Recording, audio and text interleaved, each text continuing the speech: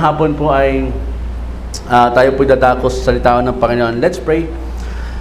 Lord, we thank you, Lord, for this afternoon. Salamat po sa iyong biyaya. Sa hapon po na ito, kami po ay nagpapasalamat sa pagsama sa amin, sa aming pong pagsamba. Salamat po, Lord, sa iyong presensya. Salamat po sa iglesyang ito, Lord. Salamat po sa pag-sustain sa amin, Lord, sa buong linggo. Maging, Lord, sa series namin as we end the book of Ephesians, Lord. Salamat po. Tuloy nga po kaming samahan ngayong hapon, maunawaan ng bawat isa. At Lord, ayon sa kanyang pinagdaraanan, patuloy mo pong kaugnayin kami, aming Ama. Kayo pong maranasan sa iyong kaluwalhatian lamang sa pangalan namin, Panginoon Jesus. Amen and amen. 4 na linggo ho nakakaraan, nagsimula tayo ng series sa Ephesians chapter 6. Yun po yung huling chapter ng book of Ephesians kung saan tinatapos ho natin siya sa nakaraang mga buwan. Ang series po na yun ay pinamagitan ho natin standing firm. At kung naalala nyo ho, ang unang topic ko sa Ephesians 6 standing firm series ay the greatest war. The greatest war, that means kapag ikaw ay naging tunay na Kristiyano na, ikaw ay papasok sa isang greatest war. And that's what we call the spiritual warfare. So we believe na ang spiritual battle ho natin ay isang battle na hindi ho natin nakikita, na kung saan meron hong mga spiritual forces sa taas ho natin. Yun po yung si Satan at kanyang mga minions or demons. At yun yung bagay na hindi ho natin nakikita. And so that's the reason why hindi ho natin kaya labanan po yon using yung kahit anong weapon lang na meron ho tayo. We need to use a spiritual weapon because yung ating hong battle is spiritual battle. So what we have to do is to use the armor of God. Yun po yung pangalawang topic ho natin. And natin ho natin yun sa dalawang Sunday. If you remember, the first was nung wala po tayong online, on-site, tapos nag-online tayo. And then the second one is on-site. And then we have the 6 weapons of the armor of God. If you still remember, sige nga, ano yung mga 6 weapons? Number 1, belt of truth. Number 2, breastplate of righteousness. Next, helmet of salvation, sword of the Spirit, shoes for the gospel of peace. Meron ng belt. Ano ba? Kala ko tataas siya, gumana sa numbong. Shield of faith. Kailangan nyo i-memorize yung 6 na yon. Okay? Yun yung armor ng isang warrior, di ba? And lahat na yung magagamit natin sa totohanang laban. Okay? Pero, katulad ng topic ni Pastor Jaren last week, kung walang prayer, walang gamit ang armor. Tandaan nyo yun, ha? Apart from prayer, walang bisa yung armor na yun. So, because prayer is the oil, sabi nga ng turo last Sunday, di ba? So, ibig sabihin, we need prayer. So, magagamit natin yung armor of God sa prayer. Kailangan dalhin natin ang laban sa prayer, sa dimension ni God. Tandaan nyo lagi yan, ha? Kapag kayo ay inaatake ni Satan, you're being spiritually oppressed, you need to bring the battle to God's dimension. How? Through prayer. Because the moment you pray, alam na ni Satan, hindi niya na dimension yon. And the moment you use yung 6 na weapon, yung pinagbabanggit natin, the belt of truth, breastplate of righteousness, gospel of shoes for the gospel of peace, helmet of salvation, shield of faith, sword of spirit, doon mo nagagamitin yun sa prayer. Okay? So you can use lahat ng yon. I tell you, usable po yan. As in, hindi po yan concept lang. Magagamit nyo po yan talaga sa totohanang laban. And if you still remember the other Sunday, di ba? The more Word of God na memorize mo, the more sword, yung sword mo, mas magiging matalim. Okay, sino na sa inyo yung nagsimula mag-memorize since after nung teaching na yun? Di ba? You need to memorize the Word. What if wala kang dalang Bible? Di ba? At least meron kang memorize. You can use Bible, ano ba yan? Memory. Bible memory gap. And then index ako, medyo old school ako eh. Index card lang ako eh. Okay, nagpabili na ako ng index card, no, para pag nagdo-drive ako, gaganyan lang ako, no. Kailangan kong gawin 'yon kasi hindi natin alam kung kailan natin gagamitin 'yan. Okay? So sa mga bata pa dito, mas mabilis kayong makapag-memorize. All right? So kasi gagamitin 'yan. And then now we're going to the last topic po of the standing firm. And this is the last passage na bubuksan natin sa Ephesians. Okay, so ang topic ko natin is you can't do it alone. You can't do it alone. In our passage in Ephesians chapter 6, verse 21. Can we all read? Pwede ba natin itong basahin ng sabay-sabay? Tayo po tumayo. On the count of 3, 1, 2, and 3. So that you also may know how I am, what I am doing, Tychicus, the beloved brother and faithful minister in the Lord, will tell you everything. I have sent him to you for this very purpose, that you may know how we are, that he may encourage your hearts. Peace be to the brothers, and love with faith, from God the Father, the Lord Jesus Christ. Grace be with all who love our Lord Jesus Christ with love incorruptible. Blessed be the words of the Lord. Pwede na po tayong maupo. Meron po akong tanong. At pwede niyo po sagutin ito sa sarili po ninyo. Ang tanong po ay, kayo po ba ay independent Christian? Yan. Are you an independent Christian? Yan.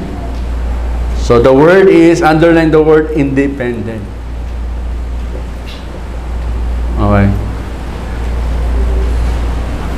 Sa mundo natin ngayon, ang tinuturo sa atin is maging independent tayo, right? Tama ba? Kailangan maging independent kang students, independent kang parent, or independent kang family, independent kang nation, no? Tinuturuan tayo maging independent.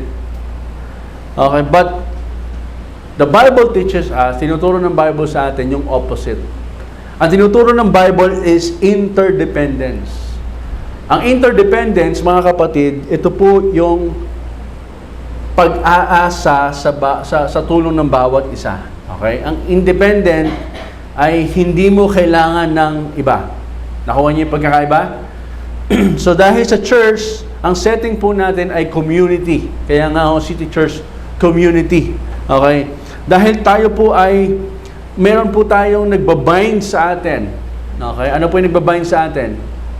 It's Jesus Christ. Alright? So that's why ang tawag ho natin doon is the fellowship or koinonia, na sa oras na ikaw ay maging Kristiyano, nagkakaroon ka ng Espiritu ni Kristo. At yung Espiritu ni Kristo ang siya nagbabind sa lahat ng mananampalataya sa buong mundo. That's the reason why pag pumunta ka sa ibang lugar, may makita kang Kristiyano, nalaman mo, nagkausap kayo, no, para kayo magkakilala na matagal na. Have you experienced that? And that's the reason why sa loob ho ng church, tayo po ay isang pamilya. Spiritual family because of the blood of Jesus Christ. And so, ang atin pong dapat matutunan ay hindi maging independent Christian, kundi maging interdependent Christian. At pag natutunan daw ho natin yon, mag-grow daw po yung fellowship. Pag natutunan daw ho natin mag-depend sa bawat isa, okay, doon ho lalago yung fellowship at magiging healthy. Diba? Baliktad, diba? So, in other words, mga kapatid, we cannot do it alone. As Christian, you cannot do it alone. Hindi ka pwedeng maging lone ranger. Hindi ka pwedeng maging lone ship. Pag naging lone ship ka, mag-isa kang ship, doon sa wilderness, mabilis kang atakihin ng wolf. Tama? Tama. Kasi wala kang protection ng shepherd. Wala kang protection ng ibang ship. And so that's the reason why you hindi ka mag-grow as Christian pag mag-isa ka lang. Pag wala kang local church, pag wala kang fellowship o accountability group, hindi ka lalago bilang Christian. In fact, mabilis kang mag-fall down. Because ang tinuturo ho ng Biblia is maging interdependent ho tayo, hindi po maging independent. Ibig sabihin, tayo po ay matutong umasa o humingi ng tulong sa ibang tao, lalo ibang mananampalataya. Katulad ni Apostle Paul, yung sumulat ng Book of Ephesians, okay? Palagay nyo ba, magagawa lahat ni Apostle Paul, lahat ng nagawa niya, kung siya ay mag-isa lang? Do you think nagawa niya yon dahil mag-isa lang siya? No. To share with you, ito po yung mga companions ni Apostle Paul. Some of them, syempre, hindi nyo kilala, but I'll try to give short description para magka-idea po kayo.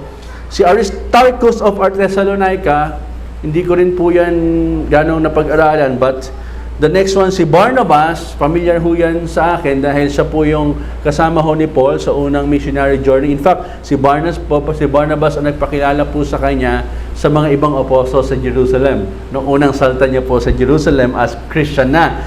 Si Epaphras, siya po yung nakapakinig kay Paul na siya po nag-church plant ng Colossians. Si Gaius, isa po siyang deacon. Doon po, siya po yung nangangalaga ng mga missionary, no? Doon po sa lugar po niya. Sa 3 John po siya binanggit, no? Si Gaius. Si Jason of Thessalonica, taga Thessalonica po siya. Si John Marco, pinsan po siya ni Barnabas, siya po yung, hindi po siya apostle, disciple lang po siya, pero siya po yung sumulat ng Gospel of Mark. Alright? Di ba? May Gospel of Mark. Pero yung nagkukwento po sa kanya ay si Peter. Okay? Si Peter po yung nagkukwento kay Gospel of Mark. Si Luke, the evangelist, siya yung sumulat ng Luke. Alright? So, ang nagkukwento sa kanya ng Gospel na yon si Paul. Okay? Hindi naman talaga sila yun eh. Sila lang yung writer. Okay? Si Onesimus, yan po yung nasa SM na may barong. Okay. Si Onesimus, siya po yung runaway servant ni Philemon. Si Silas, siya po yung pangalawang nakasama ni Paul pagkatapos nila mag-break ni Barnabas. Si Sosthenes, binanggit po yan sa I think Corinthians. Si Trophimus, hindi rin familiar, no? Pero ito pinaka-familiar sa inyo, pinaka-huli, sino? Si Timothy. Di ba? Siya yung protege ni Paul. Mga kapatid, ito yung mga kasama ni Paul. Simula una hanggang huli, hindi niya nagawa lahat ng nagawa niya dahil mag-isa lang siya. Kundi nagawa niya yon dahil may mga kasama siya. So anong point? Ang point dito, we need others to minister effectively. The church needs faithful men and women to accomplish her mission. Do you agree? Kailangan ng church ng mga faithful men and women para ma-accomplish yung mission ng Lord. Hindi one-man team, hindi kaya yun. No, hindi kaya. So, we need each other. I need you, you need me. Because we cannot do it alone. Pakasabi nyo nga sa katabi nyo, I need you. Wag nang kukurap. Yun lang. I need you lang. And that's our topic for this afternoon.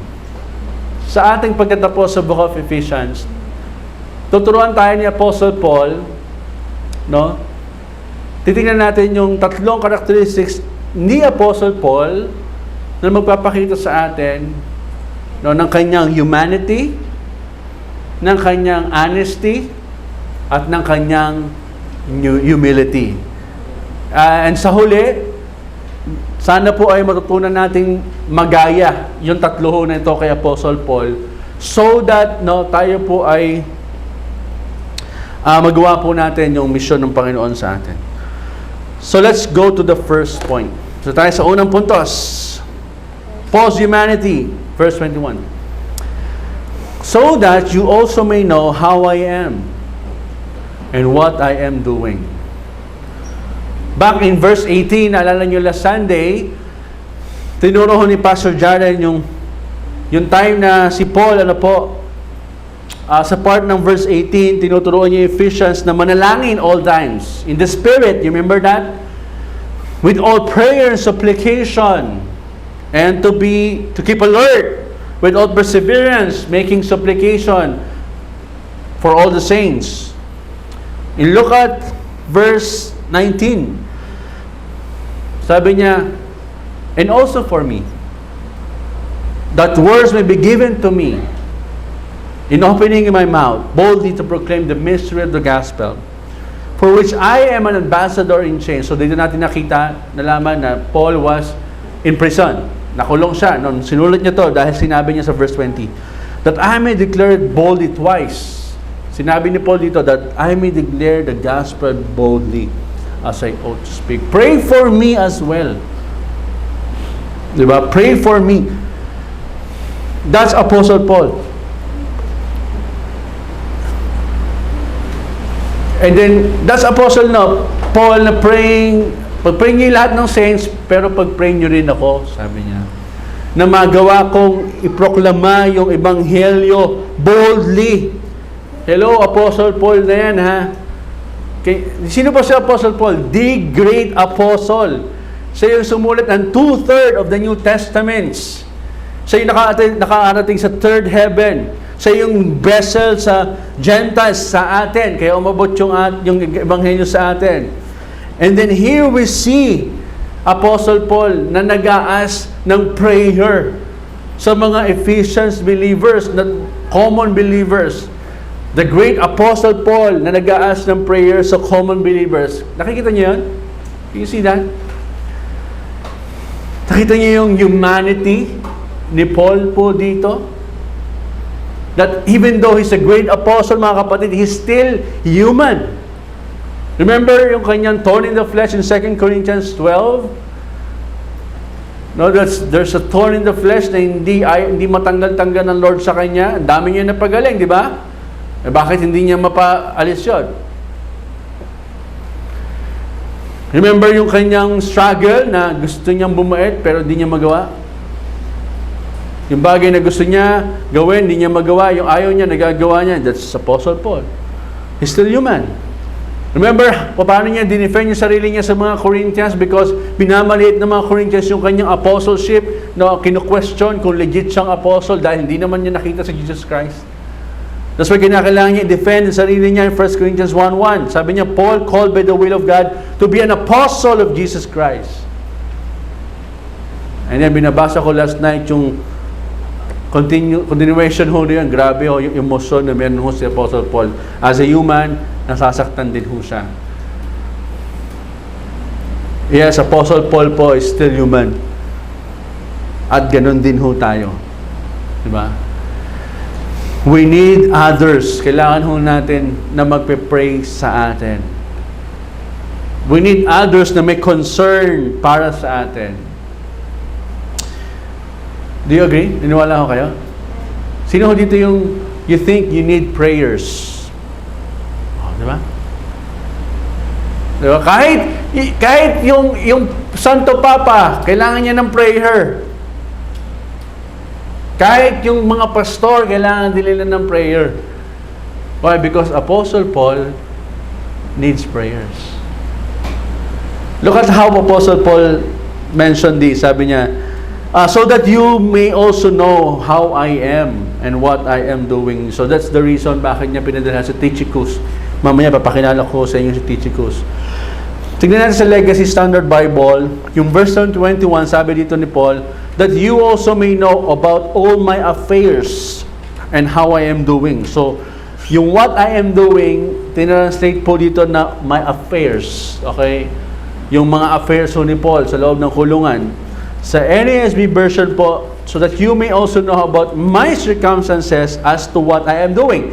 So dito naman, yung how I am, tinranslate sa circumstances. So in other words, yung circumstances ni Paul, yung affairs ni Paul, ay pinapaalam niya doon sa mga Ephesian believers. Why? Bakit kailangan niya ipaalam? So that you may also know. Ibig sabihin, so that malaman ng mga Ephesians yung totoong kalagayan ni Apostle Paul. Although alam naman ng mga Ephesians na nasa kulungan ho siya. Kasi sinabi ho ni Paul sa chapter 3 na huwag niya kayong mag-alala sa aking pagkukulong na para sa inyong glory, sabi niya. But they do not, and most probably nag-aalala ho sila, kumakain ba ng tama si Apostle Paul doon, nangangayayat kaya siya, nakakatulog kaya siya ng mahimbing, so that yun ho yung pinaalam ho ni Apostle Paul sa kanila. At again, bakit ho ginawa ni Apostle Paul? Because Hindi ho magpe-pray ng specific ng mga Ephesians si Apostle Paul kung hindi po nila alam kung ano pong eksaktong nangyayari ho sa kanya. Lala niyo, sabi, making supplication for all the saints. Yung supplication, ibig sabihin, specific prayer. So if hindi mo alam kung ano nangyayari sa isang tao, tapos sinabi niya lang, pag-pray mo ko, teka lang, paano ko ito pag-pray? Hindi mo sinabi sa kanya kung ano nangyayari sa iyo, do you think kaya mo siyang pag-pray? No. And here, makikita natin the responsibility na responsibility ni Paul na ipaalam sa mga Ephesians yung kanyang kalalagayan. Dahil wala pong Facebook that time para mag-chat si Paul di ba? Wala. The only way is magpadala siya ng mensahero, kaya niya pinadala si Tychicus. Pero sa atin, marami tayong paraan para paalam kung ano nangyayari sa atin. Tama? Katulad ni Apostle Paul, may responsibility siya ipaalam sa mga Ephesians because pinag-prepare siya ng Ephesians, ganun din ho tayo. Meron tayong responsibility na ipaalam sa mga discipler natin or pastor no elder kung ano ho nangyayari sa atin so that they may know. Okay?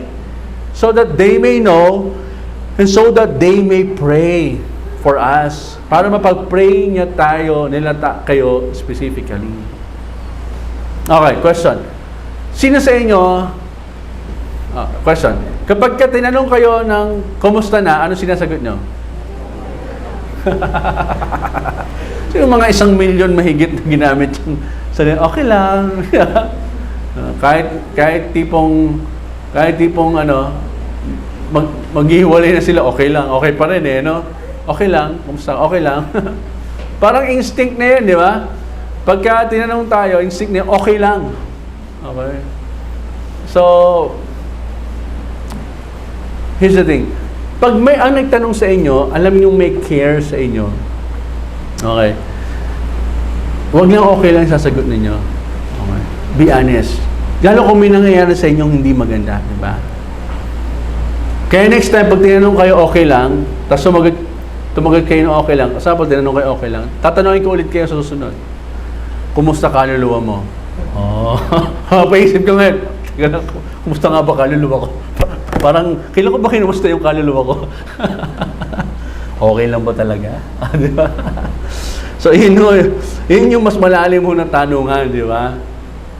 So, kaya sa church, sa labas siguro pwede, pero pag sa church, no, lalo kapag nagtanong sa'yo, yung pastor, discipler, no, pag tinanong ka okay lang, you tell what you are doing and how are you doing? Parang sa Apostle Paul, di ba? Why? Dahil para mapag-pray nila kayo, di ba? Para malaman nila kung ano nangyayari sa inyo.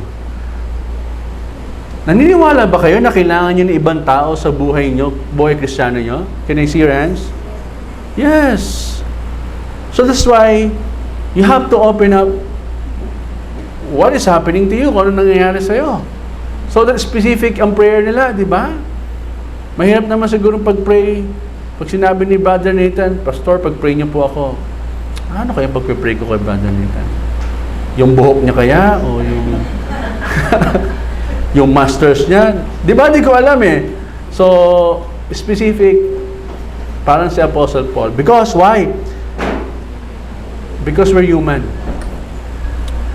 And as human, katulad ni Apostle Paul, hindi tayo palaging okay. Tama ba? Hindi laging good ang nangyayari sa atin. Naniwala ba kayo doon? There are times na down tayo.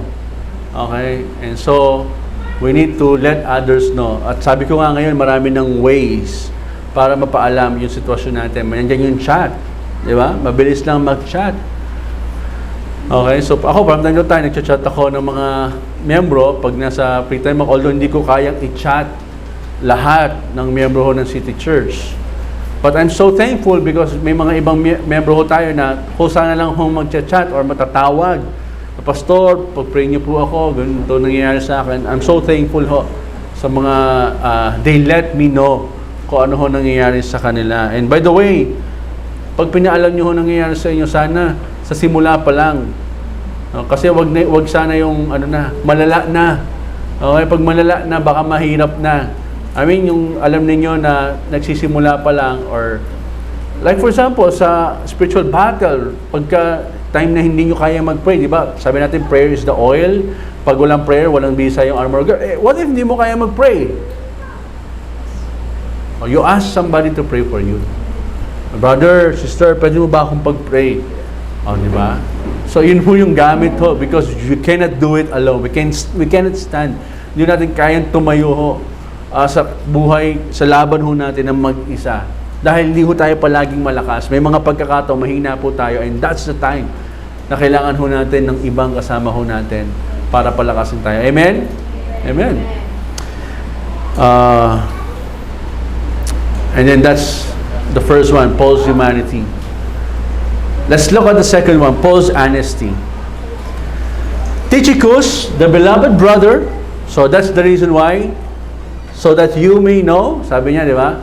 What I am doing, how I am doing, Tychicus, the beloved brother and faithful minister in the Lord, will tell you everything. So in other words, pinadala ni Paul sa Tychicus para sabihin sa kanila lahat.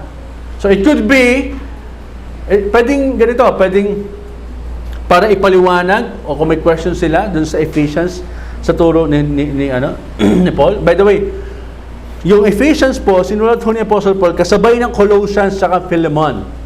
That's the reason why yung Colossians 4:7-9, exact words parehas po ng Ephesians 6:21 and 24. Ang nagdala-dala ho noon ay si Tychicus. Okay? Si Tychicus po ang nagdala-dala noong tatlong letter ho na yun. At ang Ephesians ay hindi lang ho para sa isang church. Ang Ephesians na letter, yung book na binabasa natin, ay para basahin po sa lahat ng churches that time sa Asia Minor na ngayon po ay Turkey. Sino ho nagbasa noon? Nagdala? Si Tychicus. Okay, so si Tychicus din po, ang kasama ho ni Apostle Paul sa kanyang third missionary journey. Si Tychicus din po ang kasama ni Paul hanggang sa huli, bago siya mamatay. May 4 na verses po na kung saan nag-appear si Tychicus sa Acts 20:40, Acts 24, third missionary journey ho niya, Ephesians 6:21, ito po yung passage natin ngayon, Colossians 4:7, exactly lang ho, exact words ho nitong Ephesians 6, 2 Timothy 4:12, yan po yung bago siya mamatay. Sinend out niya po si Tychicus para ho magrelyebo ho kay Timothy kasi gusto niya ho makita si Timothy bago siya mamatay. So si Tychicus ho ang pumalit kay Timothy sa pulpit ng church. Si Tychicus din po ang pumalit kay Timothy kasi kay Titus dahil gusto ho makasama ni Paul si Titus. Si Tychicus din po ang bumitbit kay Onesimus para i-endorse ho pabalik kay Philemon. So si Tychicus din po ang may bitbit ng kapirahan ng church na nakolekta ho sa iba't ibang church papuntang Jerusalem, yung main church ho that time. So ibig sabihin, trusted ho siya sa pera, reliable ho siya, okay? And then, he's always available. And he's faithful. And by the way, hindi ho madali maglakbay.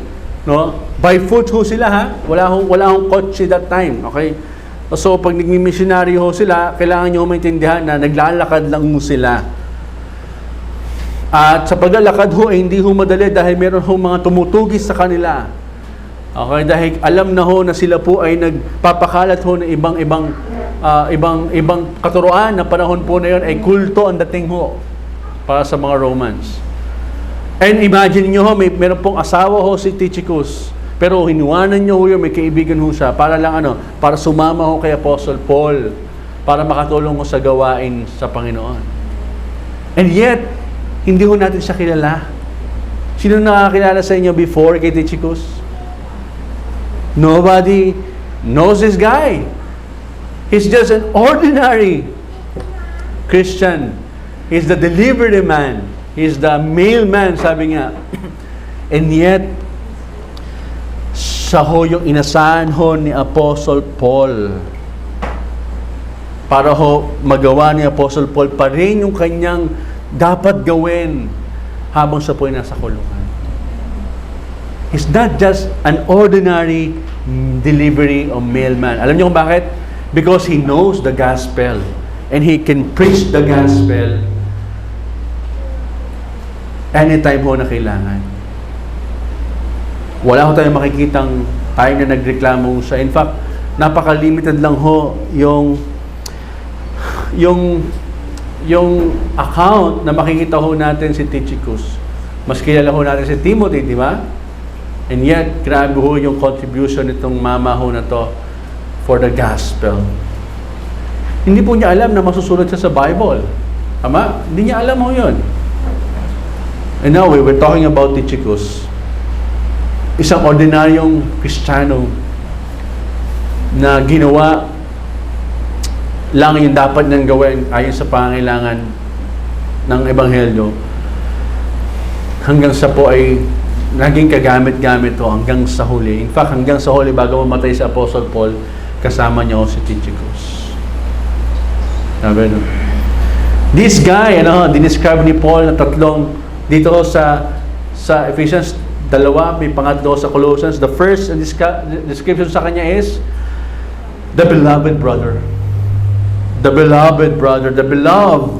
The agapetos, 60 times sa New Testament. Yung unang 9 times ginamit ho ni God kay Christ. Example, nung binaptize ho si Christ, sabi niya, this is my beloved Son in whom I am pleased. Remember, Apostle John, ang tawag ko sa kanya, the beloved John. Ang beloved means affection, deep, abiding love. At ganun ho, dinescribe ni Paul si Tychicus, a beloved brother. Wow. And mahal na mahal ho ni Paul, no? As we can see, si Tychicus, dahil ang description ho sa kanya is the beloved brother. And I'm sure hindi lang ho si Paul. Probably iba hong mga kasama rin ho ni Paul. Probably iba hong Christians sa iba't ibang churches because he's so reliable. Diba? He's so dependable. At siya ho yung delivery man ng parcel. When you say parcel, ito yung Ephesians na sinulat ni Paul, di ba, sa isang paper. Tapos nirolyo. Ganun ho yung Bible that time. Wala pa hong Bible natin ngayon. So that's why very careful ho si Tychicus to handle that, di ba? At babasahin niya yun sa harapan ng mga churches. Another description kay Tychicus is a faithful minister. Ang word ho na minister, diakonos, means attendant, waiter sa table. So that means servant. Naghihintay lang ho ng kung anong ipag-uutos ho sa kanya. And he's a faithful, that means pistis, that means true, trustworthy, reliable in all dealings. Dependable. Ibig sabihin, itong tao po na to is pag sinabi niya, gagawin niya. Yung tao po na to, pag binigyan po ng trabaho, sigurado tatapusin niya with all integrity. He's very reliable and dependable. And that's the reason why tinawag ko siya ni Paul na faithful minister. And that's why, if you want to serve God sa church, kailangan nyo maging fat. Para sabi nyo nga sa katabi niya, fat ka. Kailangan fat ka. Ano yung ibig sabihin ng fat? Faithful? Available? Teachable? No, kailangan fat ka. Kaya ako, fat talaga ako eh. Nakukuha nyo, like Tychicus. Delivery naman lang siya. Tagadala lang ng barya o ng pera sa Jerusalem. Tagadala lang ng parcel. Okay, tagabit-bit ng Onesimus. But he's so faithful, he's so available, he's always available, he's so teachable, dependable. Kaya nga sabi natin, di ba? Ang isang ready na ma-disciple, faithful yan. Pag sinabi mong may meeting, or meron kayong usapan, pupunta yan. Or available yan, yeah. And then teachable. Pag binigyan mo yan ng homework, o pinabasa mo yung ganyan sa bahay, babasahin niya. Yun ang isang Christian na ready na magpa-disciple. Okay. And yung isang Christian na gusto mag-serve, kailangan, as I've said, fat. Sabi ho sa 1 Corinthians 4, verse 2 more, it is required of stewards that they be found faithful. Like Tychicus. And the third description sa kanya ay wala po sa Ephesians, kundi sa Colossians 4:7. Ang sabi po ni Paul is, he was a fellow bondservant in the Lord. Sandulos. A co-slave. Hindi lang ho siya describe ni Paul na he's a slave under me, no. Hindi, ang tingin ho sa kanya ni Paul, hindi ho yung superior ho si Paul, hindi. Ang tingin ho sa kanya ni Paul is co-servant, co-slave. No, he's my fellow bondservant in the Lord. Grabe si Apostle Paul, no? Grabe yung honesty niya dito. In fact, hindi ho siya nambobola dito because wala siyang time para mambola. Sinasabi niya lang ho kung ano yung dapat niyong sabihin kay Tychicus. And nakakatuwa man hong isipin because that's Apostle Paul. Can you imagine nung binabasa ni Tychicus tong parcel na to sa harapan ng Ephesian Church? Tapos binanggit yung pangalan niya, Tychicus, my beloved brother, faithful minister. And pagpunta niya sa Colossians, Tychicus, fellow bondservant in the Lord. Wow, fellow? Kala ko, utosan lang ako ni Paul, pero fellow, parehas kami. Alam niyo yung fellow? Pantay kayo, di ba? Imagine niyo yung tuwahaw ni Tychicus.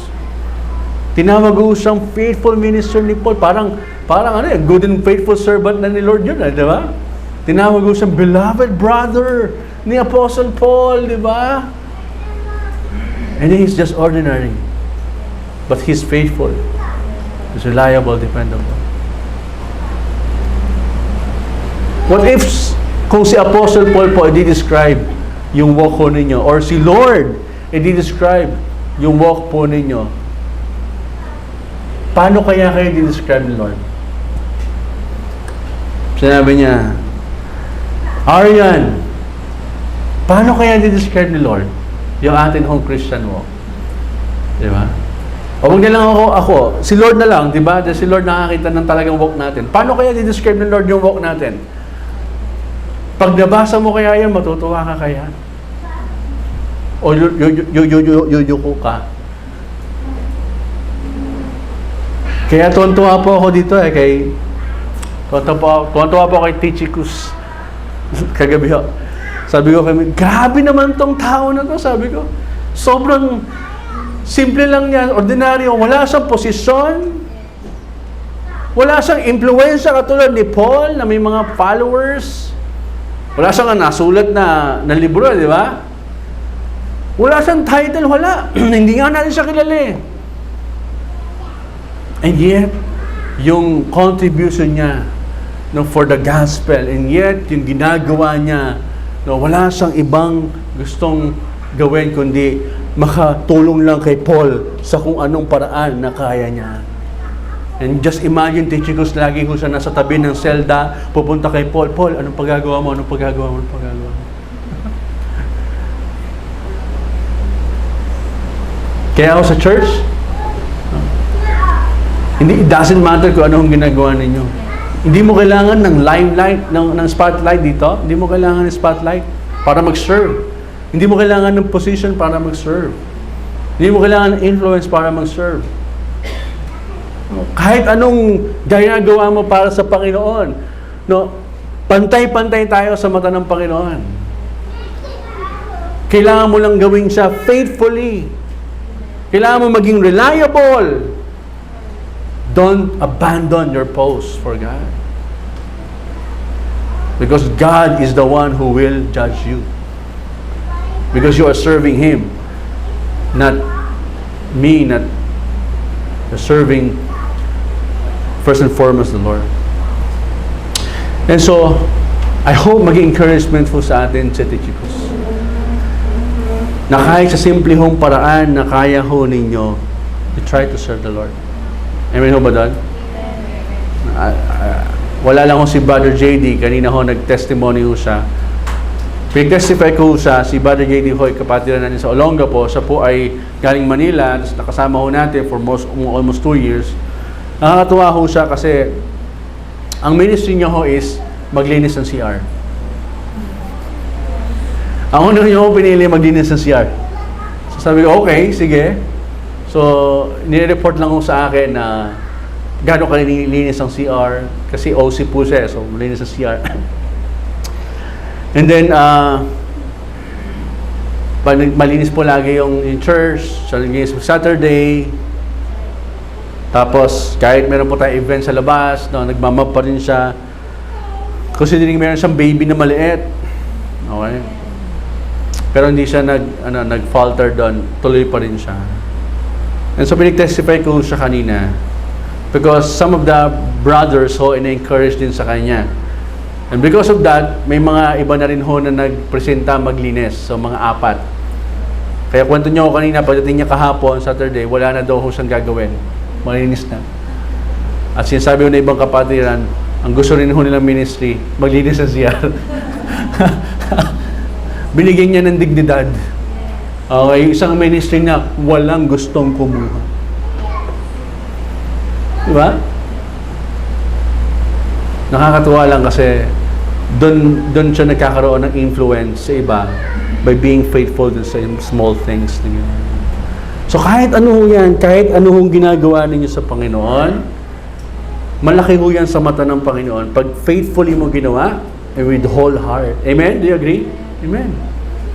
Kaya ho, naalala ko nung time na kabataan ko, ang ministry ko ho ay magbukas ng pinto. Or ministry ko ho ay prayer cell. Kami yung nagpe-pray habang nagsiservice. Okay. Napunta lang din ho ako sa tagalipat ng acetate. Inabutan ko yun sa church. Acetate, hindi pa ho projector, acetate pa. Okay.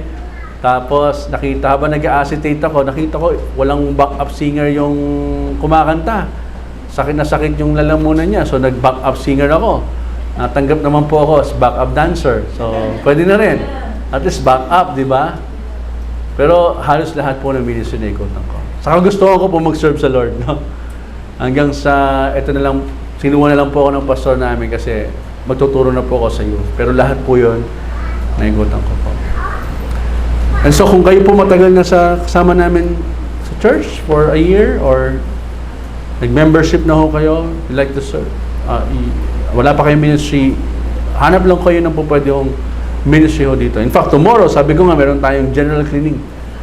Lahat ho tayo maglilinis. No? Gusto ho ninyo, 9 a.m. Tapos magkakainan ho tayo after. So, that's opportunity for us. No? Kaya yung mga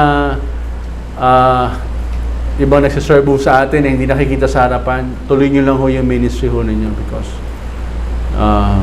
in fact, kung ano ho yung what we did in secret, the Lord will reward that in public sa harapan ho ng iba. So, tingin ko sa kalangitan. So, that's Paul's honesty. And let's look at the last part. Paul's humility in verse 22. I have sent him to you for this very purpose, that you may know how we are. So, that's again, what I'm doing, how I'm doing. But this time, sinama na ho ni Paul yung ibang kasama niya para malaman niyo kung kumusta kami and that he may encourage your hearts. Ganon din ho sinulat niya sa Colossians, parehas na parehas. So, parang ganito ho yan. I have sent him to you. In fact, present tense ho yan. I am sending him to you. Kasi po, sinusulat pa lang ni Paul ho yun eh. So, ang ibig sabihin po nito ay ganito. So, pinapadala ko sa inyo si Tychicus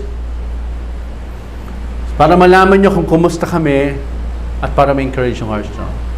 Ito naman si Tychicus, no? Sabihin niya, oy, alam niyo pa si Paul?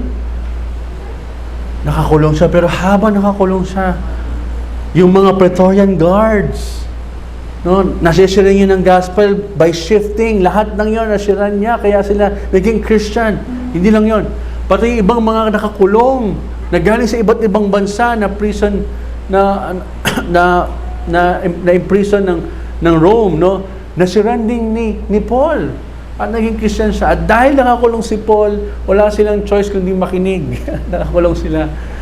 Diba? So, sa pamamagitan ho ng news ho na yun, na-encourage ho yung mga churches ho. And that's because of Tychicus.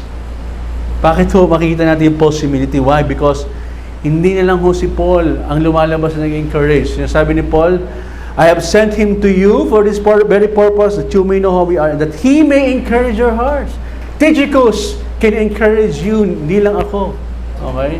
Para kay Paul, hindi lang ako ang kaya mag-encourage because you don't need me, you need the gospel. The gospel is the good news, and the good news can be spread by anyone. Di ba?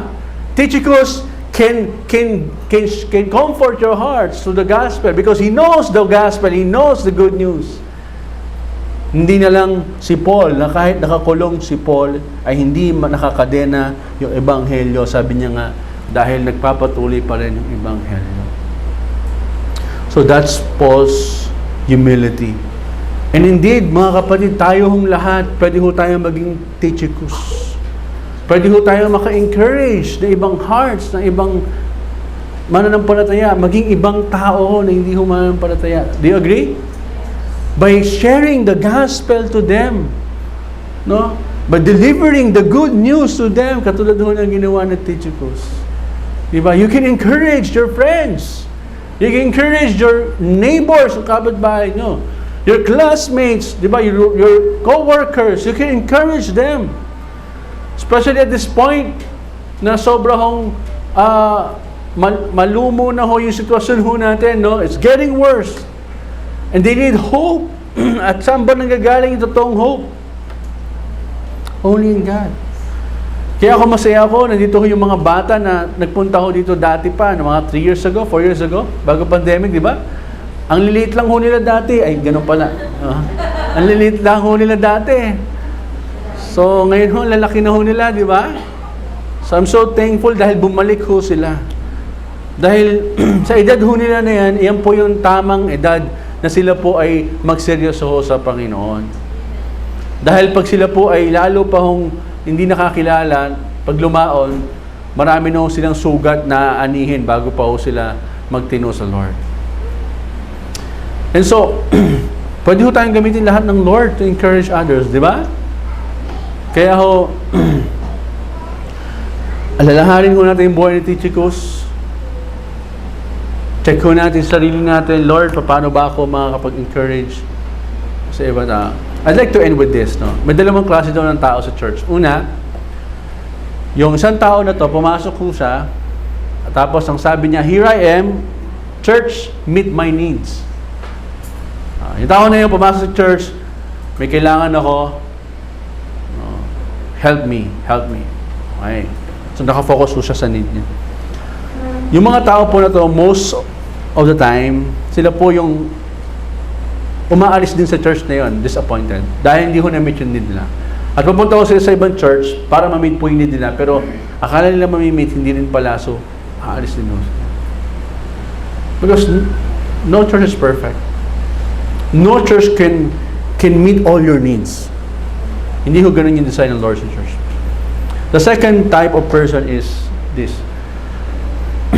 What are the needs that I can meet? Isang tao na pumunta sa church, tapos after a while, sabi niya, ano kaya pwede kong matulong sa church na to? So yung tao po na to, hindi siya self-centered, kundi nakafocus po siya sa kung ano hong po pwede. Hindi ko siya napunta doon sa church to be served, but to serve God by serving His church and to care for others. So, the question is, saan ho kayo sa dalawa? Okay. And the next question is, kapag nasagot niyo yung unang tanong, alin ho kayo niyo sa dalawa? And the next question is, ganito. Kung ano yung napili ho niyo dyan, ano sa tingin ninyo ang mangyayari sa church na kinalalagyan ninyo? Okay, ulit. So, una, ang tanong is, alin kayo sa dalawa? Kung ano po napili nyo dyan, hindi nyo kailangan sagutin, sarili nyo lang. Ang pangalawang tanong, palagay ninyo anong klaseng church magiging church ninyo. Nakuha nyo yung point? Because kung ang atin hong perspective palagi is meet my needs, lahat ho tayo, mawawala po yung church. Because lahat ho tayo laging pakabay. Pero kung lahat ho tayo, ang ating perspective is, ano ba yung pwede ko makontribute sa church? Lalago po yung church, magiging healthy po yung church. And in return, we will all serve one another. Kaya ho, ang klase ng church na magiging ho tayo, is nakadepende kung ano hong klaseng tao ang nasa loob ho ng church na yun. Amen? And so, sabi ho sa Philippians 2 verse 3, dito na ako magtatapos. Sabi ho, do nothing from selfish ambition or conceit. Huwag ho daw tayong gumawa ng anumang bagay na galing ho selfish ambition, but in humility, count others more significant than yourselves. Isipin daw natin yung iba muna kaya sa atin. Let each of you look not only to his own interests, but also to the interests of others. And I hope maging ganito ho tayong lahat sa church. And I hope maging katulad ho tayo ni Tychicus, faithful minister, beloved brother, and fellow co-servant in the Lord. Alam niyo mga kapatid, even though I'm your pastor, fellow servant ko ho kayo sa Lord. I'm not above you. Ang shepherd ho natin si Christ. Ako po under shepherd. And even ako po, part ako ng flock. Naintindihan niyo yan? I'm still a sheep, part of the flock. Nagkataon lang ho, ang role ko is oversight, overseeing to all of you. But still, ako din man ho ay meron akong kahinaan. I'm still a human. Wala ho ba kayo doon? There are times, hindi ako lahat ng panahon, I'm okay. May mga panahon ho, down po ako. Okay? Doon ko kailangan ng prayers mo. At sa mga panahon po na yon, yun po yung mga panahon na yun po ay nagtatawid sa akin. Yung prayers ho ng mga kapatiran, nagpe-pray po sa akin. Last question. We're talking about Satan, di ba? We're talking about spiritual battle. Palagay ninyo, sino ang kaunahang atakihin ni Satan sa church? Pastor. Kaninong marriage yung unang-unang sisirain niya? Pastor. That's the reality. So, I need your prayers every time. And that's the reason ho, bakit ako nag-stay by grace of God is because may nagpe-pray pa rin ho sa akin. And magkapasalamat ho ako doon sa mga kapatiran ho na palagi ho nagpe-pray sa akin. Kahit di ko man ho alam, di man lang ho sabihin, alam ko pinagpe-pray ho nila ako. At din ho, pag nawalan na ho ng tao nagpe-pray sa inyo, mahirap ho yung ganun sitwasyon. So we need each other because we cannot do it alone.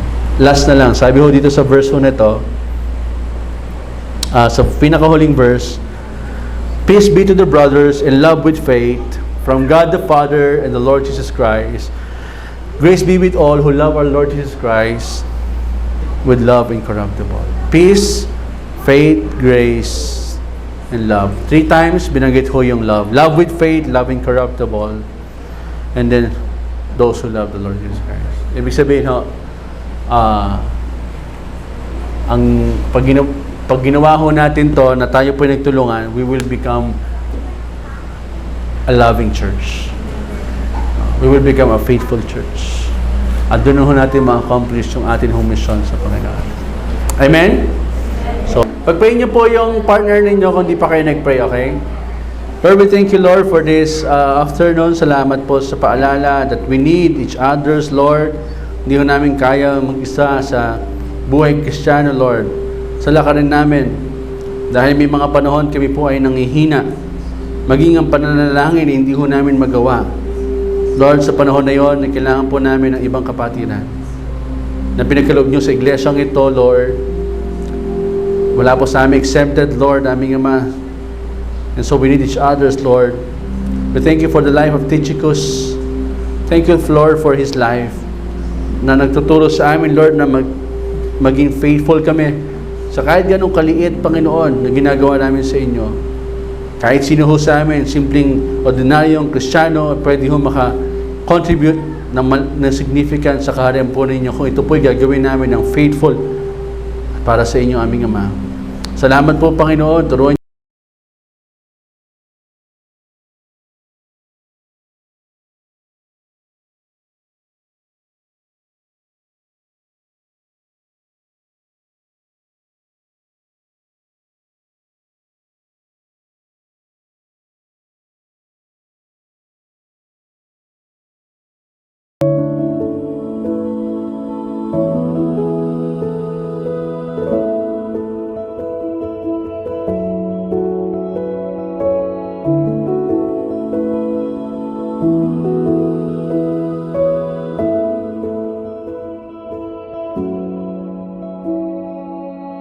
Thank